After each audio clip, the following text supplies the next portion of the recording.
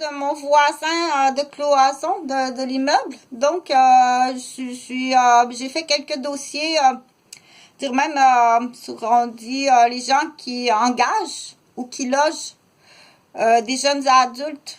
Parce que, ben, il y a 18 ans, des jeunes adultes et qui sont mal ciblés ou c'est voulu, sont utilisés, sont programmés. Donc, programmer un jeune ou dire, OK, ça peut même aller jusqu'à un coup de téléphone.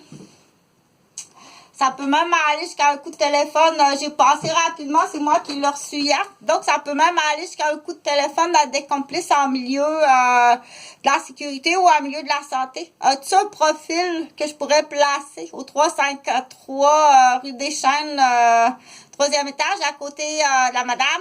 La madame, donne-y le nom que tu veux, là. Le centre d'achat de Robertval, là. Donne-y le nom que tu veux parce que là, ça, je veux pas élaborer, là.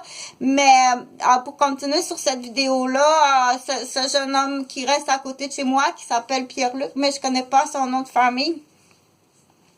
S'il y a un papa, une maman de la famille qui le cherche, donc il est ici. Et puis, Pierre-Luc, de toute évidence, que ce soit quelqu'un qui a un syndrome ou qui est malade ou qui est intoxiqué, a besoin d'aide. Et moi, j'ai avisé la police.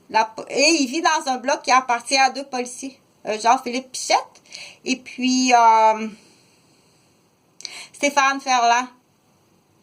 Donc, l'adresse est 353 rue des Chênes-Ouest à Québec. Mais la police, ça appartient à 2 policiers. Et j'ai même appelé un autre quart de policier parce qu'il y a un week-end là que j'étais très inquiet. Je peux pas faire plus que ça. De dire que je connais ce jeune homme-là et que j'ai pas de diagnostic à faire non plus. Mais une chose est sûre, il faut aviser est-ce qu'il y a des gens qui sont inquiets, des parents, la famille qui sont inquiets. Il est ici, il est pas en bonne condition. Il pourrait lui arriver des accidents. Il pourrait lui arriver des bêtises, ou il pourrait faire des bêtises, ou il pourrait faire bêtise sur quelqu'un. Donc, on dit instable envers lui-même, instable envers les autres, ou faire des bêtises qui pourraient avoir des dommages graves. Je peux pas faire plus que ça. D'aviser, c'est déjà des policiers, là, ça appartient à des policiers, le bloc ici, là. Mais là, ça, c'est un autre dossier, là.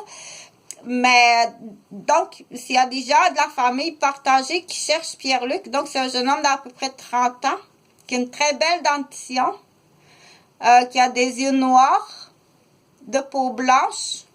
Il a la peau blanche assez pâle. Il a les cheveux de la même couleur que les miens. Un peu long. C'est un beau jeune homme qui a une très belle apparence quand même.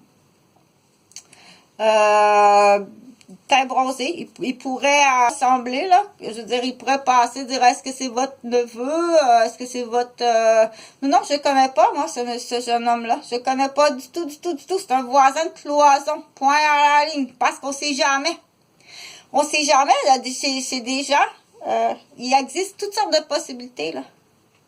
Tu peux pas imaginer tout ce qui existe chez la personne qui est soit déficient de naissance ou qui a un syndrome ou qui est intoxiqué ou qui a été frappé à la tête ou qui a un problème d'organisation au niveau... OK? Donc, ce jeune homme est là. Moi, je peux pas faire plus que ça. Je peux pas faire plus que ça. Mais une chose est sûre, c'est que... et voilà le constat au complet. Hein?